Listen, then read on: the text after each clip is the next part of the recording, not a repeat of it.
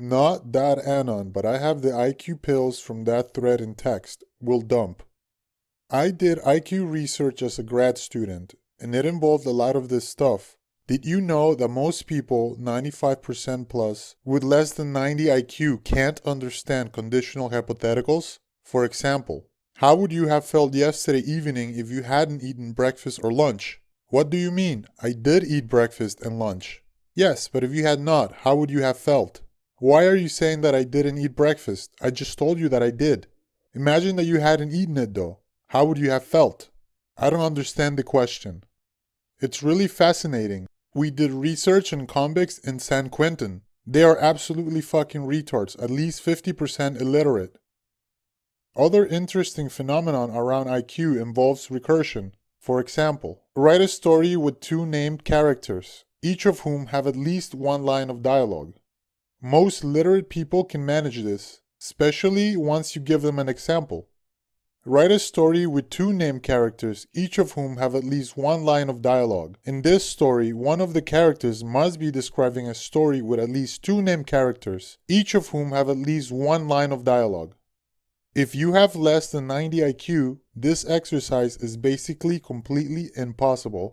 Add a third level, frame, to the story, and even IQ hundreds start to get mixed up with the names and who's talking. Turns out Scheherazade was an IQ test.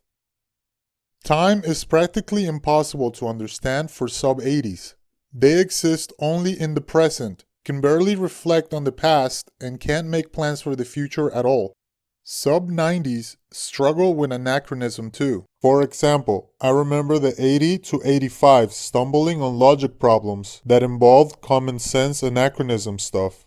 For instance, why do you think that military strategists in World War II didn't use laptop computers to help develop their strategies? I guess they didn't want to get hacked by Nazis? Admittedly, you could argue that this is a history knowledge question, not quite a logic sequencing question, but you get the idea. Sequencing is super hard for them to track, but most 100 plus have no problem with it, although I imagine that a movie like Memento strains them a little. Recursion was definitely the killer though. Recursive thinking and recursive knowledge seems genuinely hard for people of even average intelligence, although at San Quentin there weren't many of those. It's the main reason why so many people with sub-90 IQ are sociopathic or psychopathic. They don't have the mental computing power to model other people's thoughts and feelings. I've seen it over and over with convicts.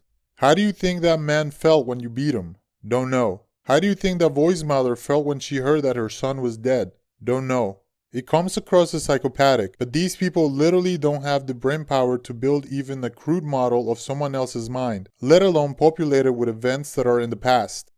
I forgot to mention another important part of abstract reasoning, which is mapping, basically expressing one thing in terms of another. For example, imagine a picture of an arrow, colored in a gradient from yellow to green, following the direction of the arrow. Imagine a one-way residential street with ascending house numbers, with the lowest number being at the entrance of the street and the highest number being at the exit. If you map the arrow onto the street, what color would house number 1 be? This question really isn't tricky for most 100 pluses. It has some minor ambiguities, but anyone of normal intelligence can do the mapping. That is, the expression of one thing in terms of another. However, for sub-90s, this stuff is really difficult. They struggle terribly with it. Sub-80s just can't do it at all. Anything under 90 will routinely make errors with even commonplace mapping, like subway maps, time schedules, etc. Sub-85 start to get into the territory where they can learn to read, as symbolic mapping of phonemes, or even morphemes, even with constant drilling, is just too tricky. Math is another area I could get into, but the long and short of it is that it is heavily decided by IQ. That's a bit tautological, since it's a principal IQ measurement, but you know what I mean. As for the criminal narcissist, etc., I honestly don't know. However, sufficient high IQ autists can emulate theory of mind, and do. If you're smart enough, you can build a little simulator in your brain. You also need to be smart enough to appreciate the utility of it. I suspect that any autist or narcissist over 120 can do this stuff regularly without getting tired, but it's like playing a strenuous game of chess for them. They really don't have the hardware for empathy. That's it. It's not surprising that people don't want to know the truth about IQ because it's quite nasty.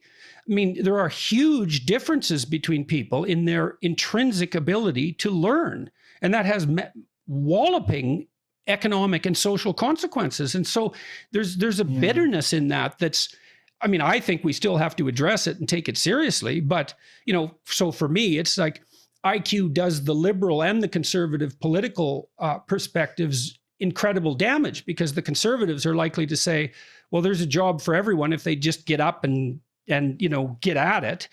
And the liberals like to say, well, everybody can be trained to do everything. And both of those are wrong, because there's a large number of people who have enough trouble with abstraction that finding a productive job in a complex society has become extraordinarily difficult.